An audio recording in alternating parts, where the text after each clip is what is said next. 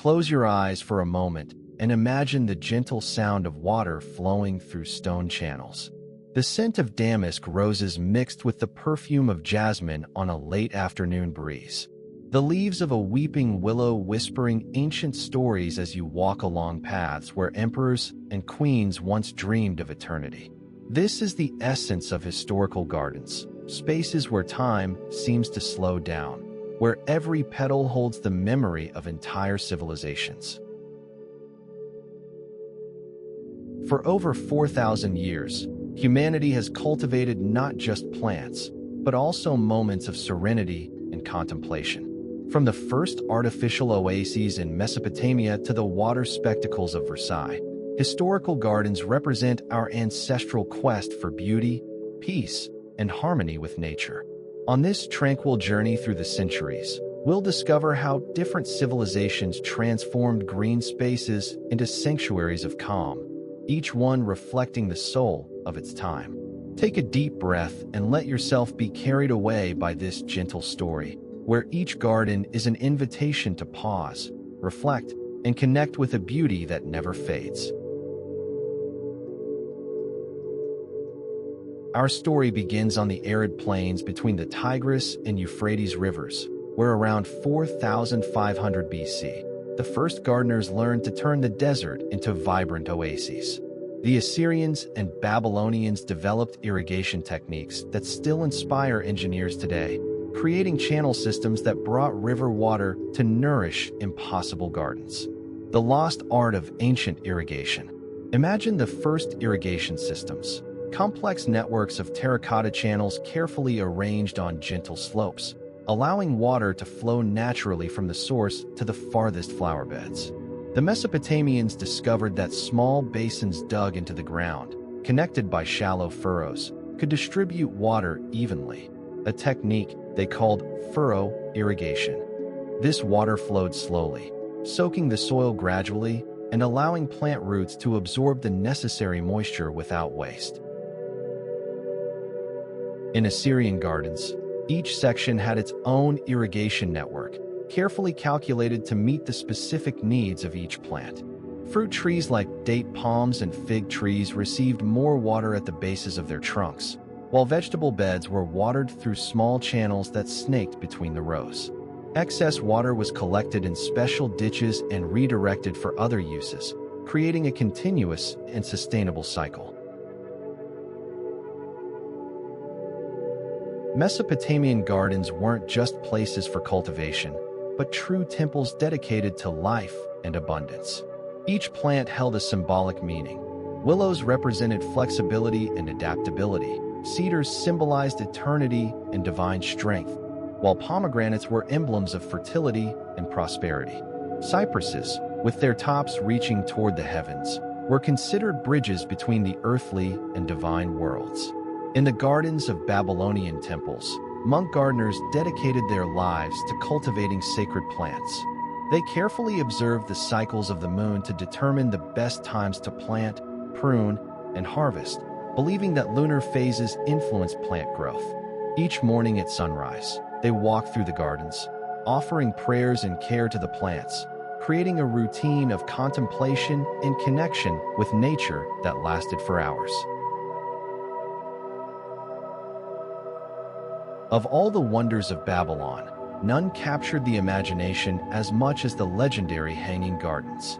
According to ancient chroniclers, these gardens were built on stepped terraces that rose like a green mountain in the middle of the city. Each terrace measured approximately 120 square meters and was supported by columns covered with a mixture of bitumen, lead, and specially treated bricks to resist moisture. The irrigation system of these hanging gardens was a masterpiece of ancient engineering. A series of manually operated pumps lifted water from the Euphrates River to the highest terrace, from which it flowed down in gentle cascades from one level to the next. Archaeologists believe that each terrace had a carefully designed drainage system, with small holes that allowed excess water to flow to the level below without causing erosion. Mesopotamian gardens were true mosaics of scents and colors. Gardeners cultivated an impressive variety of aromatic plants, many of them imported from distant regions through trade routes. Damask roses perfumed the air with their intense fragrance, while night-blooming jasmine released its aromas during the cooler hours of the day. In the medicinal beds, plants like rue grew, used to treat fevers and digestive problems, as did sage, valued for its healing properties for wounds. The Babylonians were pioneers in cultivating non-native plants in their gardens, developing special acclimatization techniques that involved gradual changes in irrigation and sun exposure. Fruit trees formed shady groves where people could rest during the hottest parts of the day. Flowering almond trees created fragrant tunnels in the spring, while date palms offered not only shade, but also nutritious fruits that were considered gifts from the gods. The word paradise we use today has its roots in Persian gardens, derived from the term paradisa, which literally means a place enclosed by walls. For the ancient Persians, the garden represented divine order imposed on natural chaos, a microcosm of a perfectly organized and harmonious universe.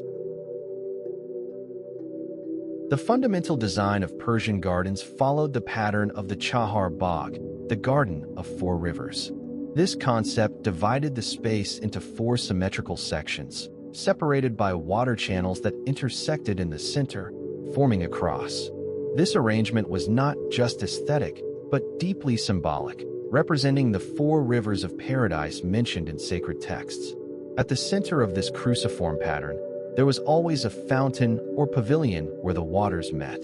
This central point was considered the heart of the garden, the place where all energies converged and where visitors could meditate on the harmony of the universe. The Persians believed that sitting at this central point brought inner peace and spiritual connection with the divine. Each plant element in Persian gardens had a specific spiritual meaning. Cypresses, with their slender forms reaching towards the heavens, symbolized eternal life and the connection between earth and paradise. These trees were planted in perfectly aligned rows, creating shady corridors where visitors could walk in contemplation. Damask roses were considered the queens of Persian gardens. Cultivated in circular beds around the central fountains, these roses released their intense perfume, especially during the hours of dawn and dusk. Persian gardeners developed special pruning techniques that made these rose bushes flower almost all year round, creating a continuous succession of fragrant blooms. Fruit trees like peaches, apples, and pomegranates were arranged in the quadrants of the garden, offering not only beauty and the perfume of their flowers, but also fruits that symbolized the abundance and generosity of nature. The Persians believed that sharing the garden's fruits with visitors was a way of honoring the gods and attracting blessings. Persian irrigation systems were works of art in themselves. They developed a technique called kanat, underground tunnels that brought water from mountain springs to gardens on the plains. These subterranean aqueducts could extend for miles, keeping the water fresh and pure throughout its journey. Within the gardens, water flowed through channels lined with colorful tiles that created hypnotic geometric patterns. The sound of running water was carefully orchestrated. Wider channels produced a deeper, more relaxing sound, while narrow channels created a soft, constant murmur. The Persians discovered that different depths and widths of channels produced different tones, allowing them to compose true aquatic symphonies. Persian gardens were designed to induce a state of tranquility and reflection. Pavilions of scented wood were strategically positioned to offer perfect views of the different quadrants of the garden. These pavilions were decorated with soft rugs and embroidered cushions, creating intimate spaces where visitors could enjoy the fragrant breeze and the relaxing sound of the water. The paths between the beds were covered with fine gravel that produced a soft, rhythmic sound when walked upon. This sound, combined with the murmur of the water and the rustling of leaves, created a natural soundtrack that helped visitors enter a meditative state. The Persians believed that walking slowly through these gardens, paying attention to the sounds, scents, and textures, was a form of prayer in motion. The Romans inherited much from the Persian and Greek traditions, but they transformed gardens into spectacles of grandeur and technical sophistication. During the imperial period, Roman gardens became true laboratories of hydraulic engineering and botany. Hadrian's Villa, built by Emperor Hadrian in the 2nd century AD, represents the pinnacle of Roman garden design. Spanning over 120 hectares on the hills of Tivoli, this complex was actually a garden city, where each area replicated wonders Hadrian had seen on his travels throughout the empire. The famous canopus of Hadrian's Villa was a recreation of the sacred canal that connected Alexandria to the Temple of Serapis in Egypt. This 120-meter-long reflecting pool was surrounded by columns and statues that created hypnotic reflections on the calm surface. The edges of the canal were planted with real papyrus brought from Egypt, creating an environment that transported visitors to the banks of the Nile. The hydraulic system of Hadrian's Villa was fed by 4 different aqueducts, each bringing water from springs in distant mountains. This water was stored in underground cisterns and distributed through a complex network of lead and terracotta pipes. Excess water was carefully collected and redirected to irrigate other areas of the complex, demonstrating a sophisticated understanding of resource conservation. Roman gardeners were the first true botanical collectors in history. They sent expeditions to the far corners of the empire in search of exotic plants to adorn their gardens. Every new Roman conquest brought not only wealth and slaves, but also seeds and seedlings of unknown plants. In the gardens of Roman villas, it was possible to find cypresses from Cyprus growing next to cedars from Lebanon, and roses from Persia blooming alongside lavender from Gaul. This mix of plants from different climates required extremely sophisticated cultivation techniques. The Romans developed primitive greenhouses, structures covered with translucent mica that protected sensitive plants during cold winters. They also pioneered the use of aromatic plants to create perfume gardens. Entire beds were dedicated to different families of scents. One sector for minty plants like peppermint and lemon balm, another for floral aromas like roses and jasmine, and still another for the resinous fragrances of pine and cypress. Roman gardens were populated with statues that transformed every walk into a journey through mythology and history. These sculptures were not just decorative, but served as stone books that educated and inspired visitors. Statues of country gods like Pomona, the goddess of fruits, were strategically positioned near the orchards. Figures of satyrs and nymphs were hidden among the vegetation, creating delightful surprises for those who explored the less obvious paths. Busts of famous philosophers marked areas intended for contemplation and study, turning shady corners of the garden into open-air academies. The Romans had a deep understanding of the importance of non-visual sensory elements in gardens. They positioned fountains not just for their beauty, but for the type of sound they produced. Fountains with higher waterfalls created a more dramatic sound, suitable for reception areas and impressing visitors. Small bubbling fountains produced softer sounds, perfect for resting and meditating. The nighttime lighting of the gardens was achieved through torches and oil lamps strategically placed along the paths. These lights not only provided safety, but created a magical atmosphere, causing statues to cast dramatic shadows and transforming the gardens into theatrical settings. During full moon nights, many fountains were specially positioned to capture and reflect the lunar light, creating silvery spectacles of dancing water. With the fall of the Roman Empire and the beginning of the Middle Ages, the great ornamental gardens almost disappeared from Europe. However, in the silent cloisters of monasteries, a more modest but equally significant tradition was being preserved and refined. Medieval monastic gardens were based on the concept of the hortus conclusus, the enclosed garden mentioned in the Song of Songs. These square or rectangular spaces were completely surrounded by high walls, creating a protected microcosm where spiritual life and contemplation of nature harmonized perfectly. The design of these gardens followed a strictly symbolic pattern.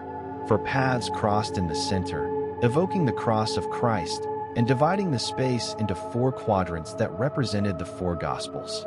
At the center of this cross, there was invariably a fountain or a well, symbolizing Christ as the source of eternal life. Each quadrant had a specific function: the medicinal plant garden, herbularius, where herbs used in the monastery's infirmary grew; the vegetable garden, hortus, which provided food for the community; the orchard, pomarium, with its fruit trees; and the flower garden, jardinum, dedicated to the plants that decorated the church altar.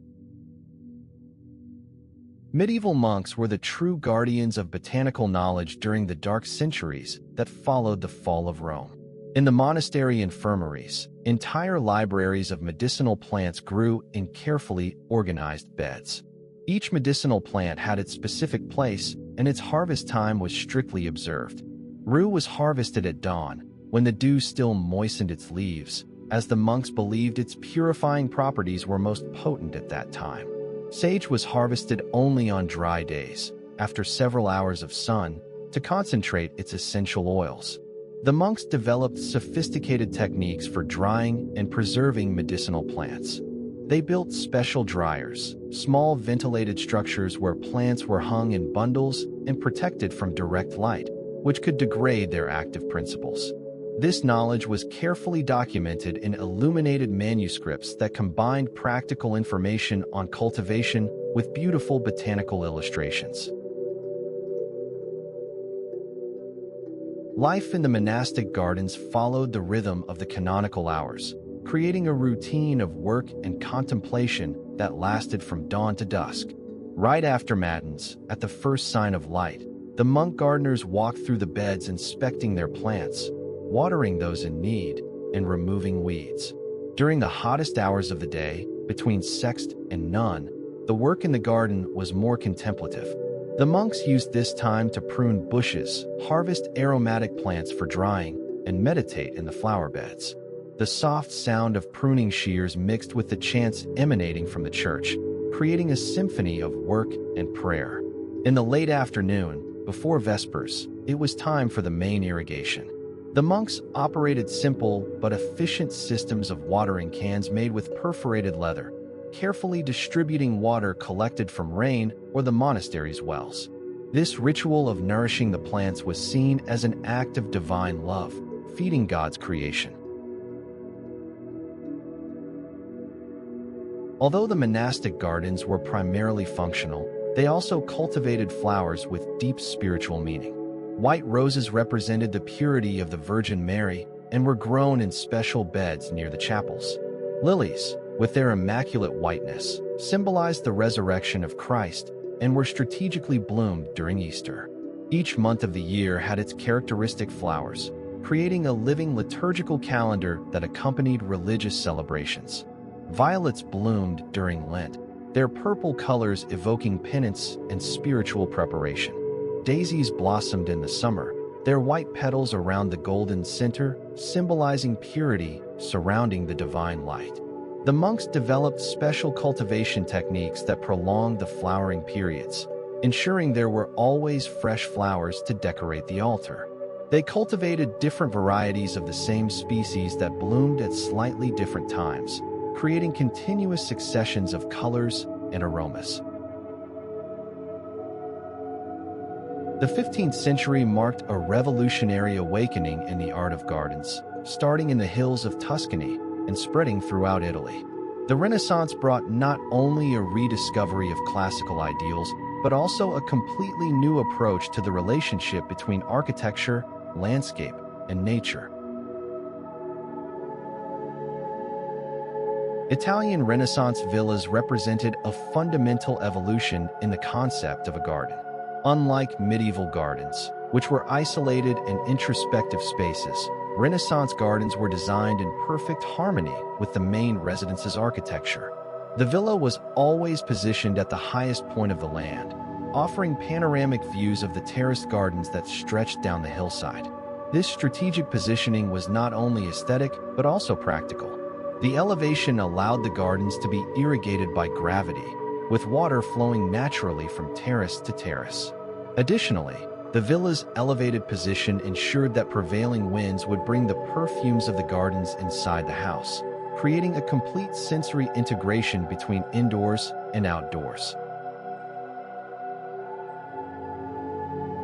Italian Renaissance gardens were pioneers in creating elaborate terraces that transformed steep slopes into spectacles of staggered beauty. Each terrace had its own specific personality and function, creating a succession of different experiences as visitors descended through the levels. The highest terrace, adjacent to the villa, was typically formal and geometric, with low parterres filled with boxwood trimmed into intricate shapes. These designs, seen from the upper windows of the villa, created patterns that looked like living carpets spread out on the ground. Italian gardeners developed pruning techniques so refined that they could create true family crests using only trimmed plants. The intermediate terraces were dedicated to pleasure gardens, with pergolas covered in vines and fragrant jasmine. These spaces were designed for contemplative walks, with marble benches strategically positioned to offer views of the lower levels. Smaller fountains punctuated these terraces, creating stopping points for rest and reflection along the way. Villa d'Este in Tivoli represents the absolute pinnacle of Renaissance garden art. Built in the 16th century by Cardinal Ippolito d'Este, this masterpiece transformed an arid hillside into an unprecedented aquatic spectacle. The hydraulic complex of Villa d'Este powered more than 500 different fountains, each designed to create a specific effect. The famous Fountain of the Organ was not just a decorative fountain, but a true water-powered musical instrument. A complex system of pipes and valves used hydraulic pressure to activate real organ keys, creating melodies that echoed through the gardens all day long. The Great Cascade, at 35 meters high, created a dramatic spectacle that could be seen and heard for miles. The water descended in 3 different stages, each designed to produce a specific sound. The upper level created a powerful roar that announced the magnificence of the gardens. The middle level produced a more melodic and relaxing sound, while the lower level whispered gently, creating an intimate atmosphere for conversations. Italian Renaissance gardens introduced a new philosophy in the use of plants. Instead of the utilitarian medieval approach, plants were chosen primarily for their beauty, form, and ability to be artistically shaped. Boxwood became the symbolic plant of these gardens, valued for its ability to grow slowly and maintain precise shapes for years after pruning. Specialized gardeners, known as topiarii, developed techniques that allowed them to create living sculptures of impressive complexity, from simple spheres and cubes to representations of animals and human figures. Cypresses were planted in perfectly aligned rows, creating solemn, shady corridors that contrasted with the open areas of the parterres. These trees, with their slender, vertical forms, served as exclamation points in the garden's design, guiding the visitor's gaze and creating dramatic perspectives. Ancient roses, especially varieties brought from the East during the Crusades, were cultivated in special rose gardens that bloomed abundantly during the spring and summer months. These roses, with their intense fragrances and vibrant colors, created focal points of color and scent that punctuated the predominantly green vegetation of the gardens. While Villa d'Este impressed with its grandeur, Villa Lant in Bagnaia represented the perfection of harmony and proportion. This smaller but equally sophisticated garden demonstrated how Renaissance principles could be applied on a more intimate scale. The Garden of Villa Lant was organized around a central water axis that descended the hillside in a series of interconnected cascades and fountains. This stream of water, known as the Catena di Acqua, was carved in stone and decorated with symbols of the owners, creating a visual narrative that unfolded as visitors followed the water's course. Every element of the Villa Lant garden had multiple layers of meaning. The 4 main fountains represented the 4 rivers of paradise, while the designs of the parterres evoked the Gardens of Eden. This symbolic complexity transformed a simple walk through the garden into a spiritual and intellectual journey. The 17th century in France took the art of gardens to a completely new level, transforming them from spaces of contemplation into grandiose settings of political and social power. Under the direction of André Le Notre and the patronage of Louis XIV, French gardens became open-air theaters where the drama of absolute monarchy was staged. André Le Notre was not just a gardener, but a true art director who transformed entire landscapes into scenarios of royal magnificence. His genius lay in his ability to create perspectives that seemed to stretch into infinity, making the gardens appear larger than they actually were. Le Notre's technique was based on strict mathematical principles. He carefully calculated the viewing angles and proportions between different elements, creating optical illusions that dramatically amplified the sense of grandeur. The paths that seemed perfectly straight actually had almost imperceptible curves that compensated for natural perspective, maintaining the illusion of perfectly straight lines even from a distance. The famous parterres of Versailles were designed to be admired not only at ground level, but primarily from the upper windows of the palace. From this privileged viewpoint, the intricate designs of trimmed boxwood revealed their full complexity, creating patterns that looked like ornate carpets spread over the landscape. The hydraulic system of Versailles represents one of the greatest engineering feats of the 17th century. To supply the hundreds of fountains in the gardens, the machine of Marly was built, a complex of 14 giant water wheels that pumped water from the Seine River through a network of aqueducts that stretched for more than 39 kilometers. This machine operated 24 hours a day, producing a constant noise that could be heard for miles. The operational cost was astronomical. It is estimated that keeping the fountains of Versailles running consumed an amount equivalent to the military budget of a small nation. However, for Louis XIV, this expense was justified by the psychological impact the gardens had on foreign visitors and diplomats. The fountains of Versailles were operated in a carefully orchestrated sequence. During official visits, specialized fountainers would follow the royal procession, activating the fountains just before the king's arrival and closing them after his passage, creating the illusion that the king's very presence made the water spring from the earth. In addition to the grand perspective axis, Versailles hid dozens of bosquets, small thematic gardens tucked between the large avenues. Each bosquet was a world in miniature, designed for different types of entertainment and social occasions.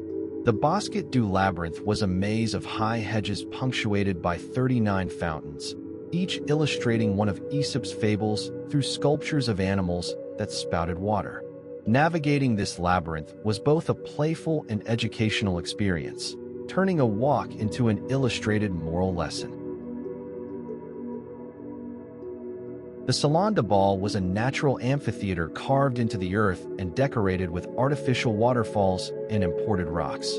During summer evenings, this space was lit by thousands of candles and transformed into an open-air dance hall, where the court could dance to the sound of music while being refreshed by the spray of the fountains.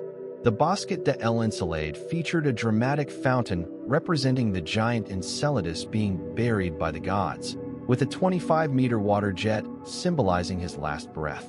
This fountain served as a not-so-subtle political metaphor about the fate of those who challenged royal power.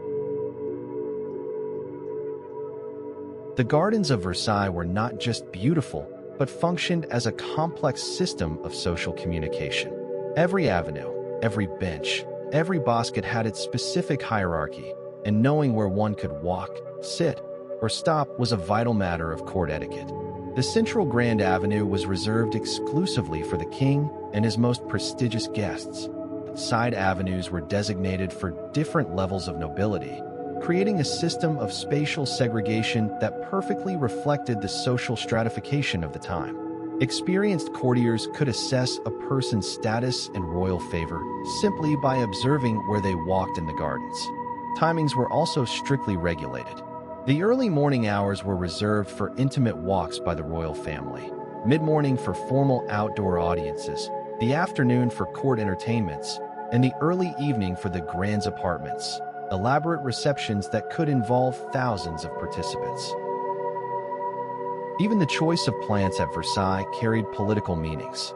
The boxwood that formed the parterre designs was valued not only for its beauty but for its longevity and resilience, qualities the king wanted to associate with his dynasty.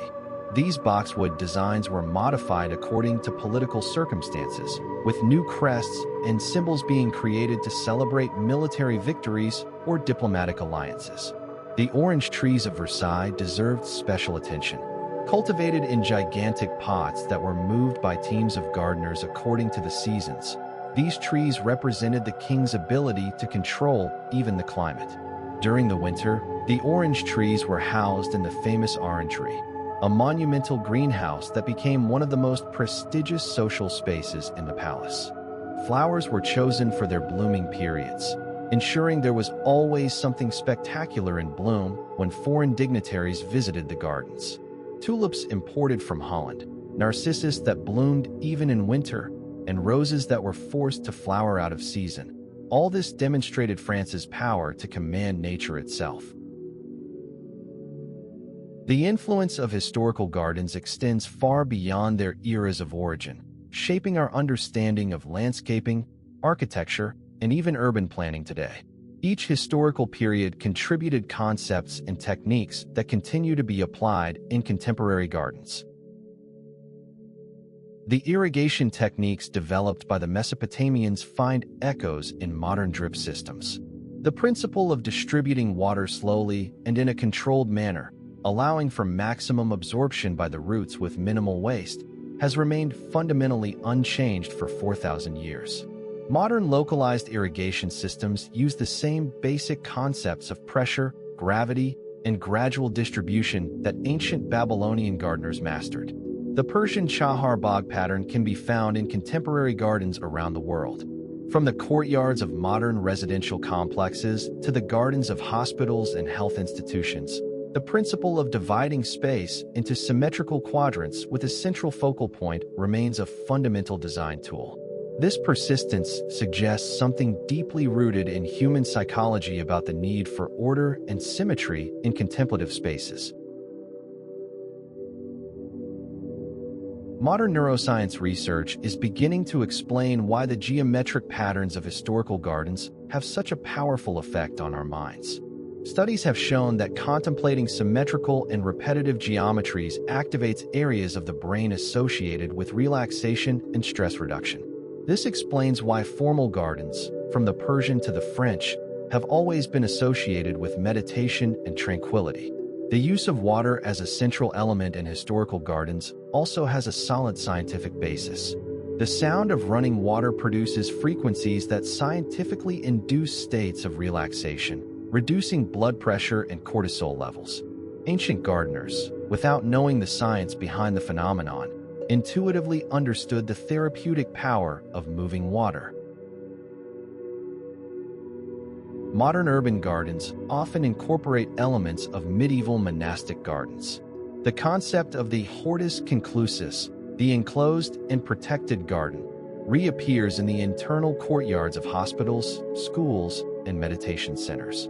These spaces offer refuge from urban chaos, just as medieval cloisters offered escape from the turmoil of their time.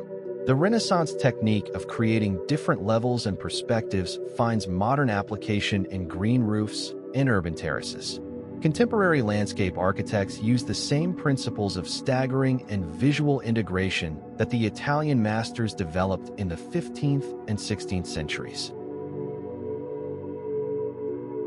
Many ancient practices are surprisingly sustainable by contemporary standards. The water collection and reuse systems of Roman gardens anticipated modern concepts of water management. The medieval practice of growing medicinal plants locally instead of importing them reemerges today as green medicine and pharmaceutical sustainability. The cultivation of native plants by historical gardeners offers valuable lessons for modern ecological gardening. Before the globalization of the plant trade, each culture developed gardens based on local flora, creating naturally balanced systems that required less intervention and external resources. The modern concept of therapeutic gardens has deep roots in historical traditions. Contemporary hospitals are rediscovering the benefits of the healing gardens that medieval monks practiced in their infirmaries. Studies show that patients with a view of gardens recover more quickly and require less pain medication. Sensory gardens for people with dementia use aromatic plants and specific textures that echo the traditions of Persian and Arab aromatic gardens. The principle of stimulating different senses through carefully selected plants transcends cultures and millennia.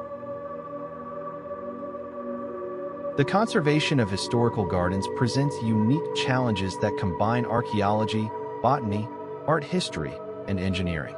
Unlike stone monuments, gardens are living organisms in constant transformation, requiring special approaches to preserve their historical authenticity.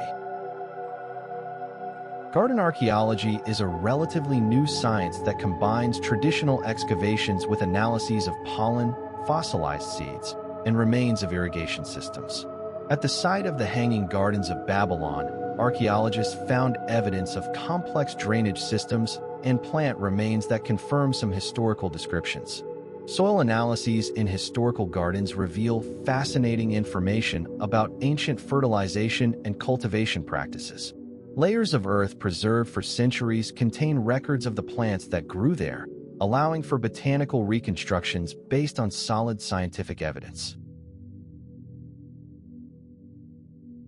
The reconstruction of historical gardens requires a combination of documentary research, archaeological analysis, and specialized botanical knowledge. The reconstructed medieval garden at the Quinta das Lágrimas in Coimbra used 14th-century manuscripts to identify the exact plants that would have been cultivated during that period. Gardeners specializing in historical reconstitution must master ancient cultivation techniques, including propagation methods, planting calendars, and maintenance practices specific to each era. Many of these techniques have been preserved in monasteries and botanical gardens that have maintained uninterrupted traditions for centuries. Climate change presents new challenges for the preservation of historical gardens. Plants that thrived in past climates may not survive current conditions, forcing conservators to make difficult choices between historical authenticity and biological viability. New technologies, including soil moisture sensors, computerized irrigation systems, and DNA analysis of ancient plants, offer unprecedented tools for the conservation of historical gardens. These technologies allow for more precise maintenance while preserving the historical character of these unique spaces. At the end of this journey through 4,000 years of garden history, one truth becomes clear. The human need to create spaces of beauty and tranquility is universal and eternal. From the first artificial oases of Mesopotamia to contemporary urban gardens, each culture has expressed through its gardens its deepest values about nature, spirituality, and the search for harmony. Historical gardens speak a language that transcends cultural and temporal barriers.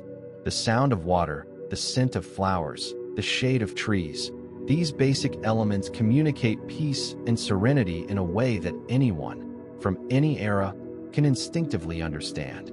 This universality explains why specific patterns, such as the division into quadrants, the use of water as a central element, and the creation of enclosed, protected spaces, appear independently in cultures separated by thousands of years and miles.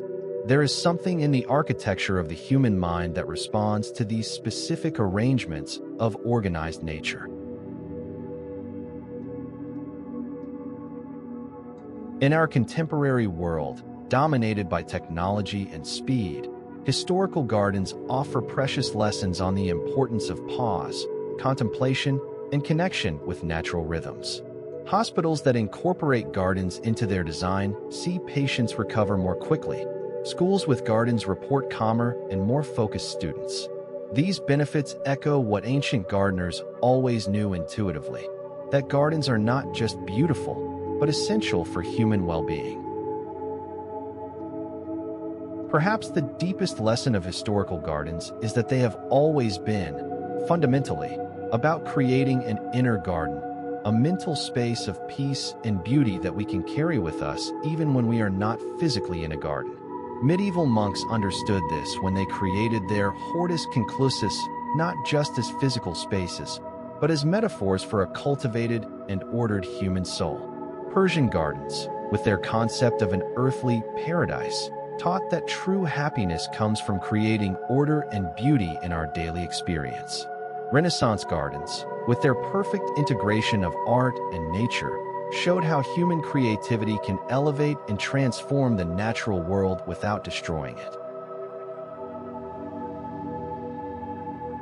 As we face unprecedented environmental challenges, historical gardens offer models of sustainability and harmony with nature. They remind us that it is possible to create beauty without exploitation, abundance without waste, and humanize spaces that nurture both the body and the spirit.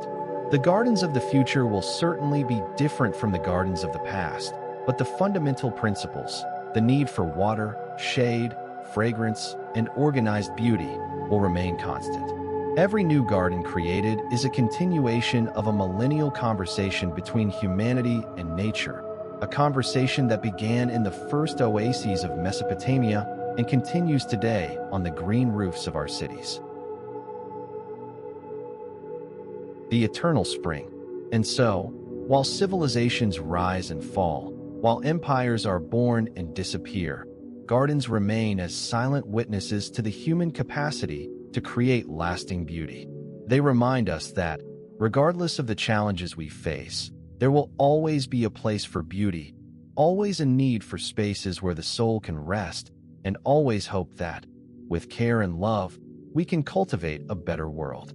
The history of gardens is, in the end, the history of human hope, the belief that we can plant something today that will bloom tomorrow, that we can create oases of beauty even in the most arid deserts of life, and that every seed planted with love is a prayer for a more beautiful future.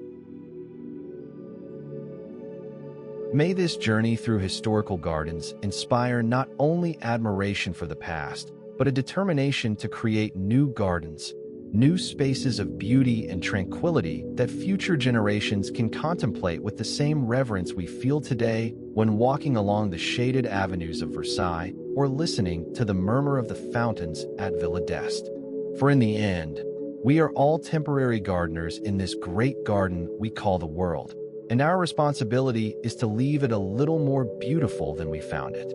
May these historical gardens continue to whisper their lessons of beauty, patience, and hope to all who seek moments of peace in an ever-moving world. And may we, each in our own way, continue to plant seeds of tranquility and cultivate oases of serenity wherever we are.